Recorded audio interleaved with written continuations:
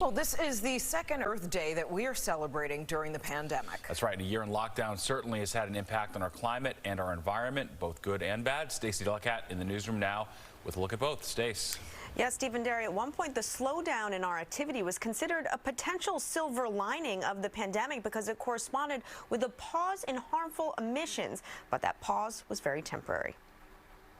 In the early days of the pandemic, New York and cities around the world became ghost towns. No people, no cars, and no airplanes buzzing overhead. With lockdowns in place, global activity ground to such a halt, NASA scientists noticed something very strange: dramatic decreases in air pollution over China. There was a blip. There was, for a short time, a dramatic downturn in air pollution because people were not driving or flying as much. But that blip came almost as quickly as it went. And as society began to reopen, harmful emissions began to rebound. It's one of the many assessments environmentalists and scientists are making as they look back on an unprecedented year and the pandemic's impact on the planet and the climate change movement. Michael Gerard is a professor of environmental law at Columbia Law School.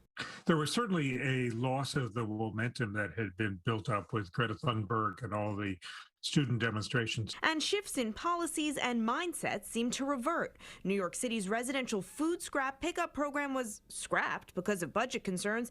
Plastic bag bans were paused, and use of single-use plastic skyrocketed, says Emmy Kane of the nonprofit Lonely Whale. The plastic pollution crisis has only increased this year. One reason: PPE.